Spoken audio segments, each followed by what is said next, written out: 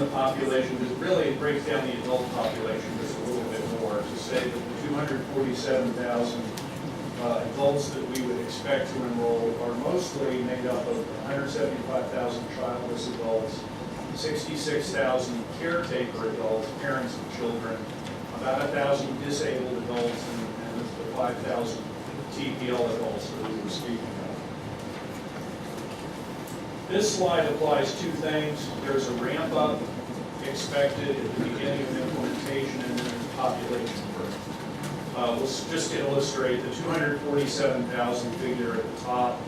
That's the newly eligible population. We assumed that if there were an expansion in January 2014, that they wouldn't all enroll at once, that during 2014, the average monthly enrollment of that group would be about 191,000. But by 2015, we assumed that most of the 247,000 plus some population growth would be what our enrollment would be. Once we figured out how many people would be covered, the next step is to estimate how much would be spent on their coverage. And there are some important differences between the population that we would enroll in expansion and the population we have now. There is some experience in other states. We have an actuarial firm that does this type of analysis for us. They help with this, and these are our estimates. This bar graph has columns that are grouped according to the populations that we looked at.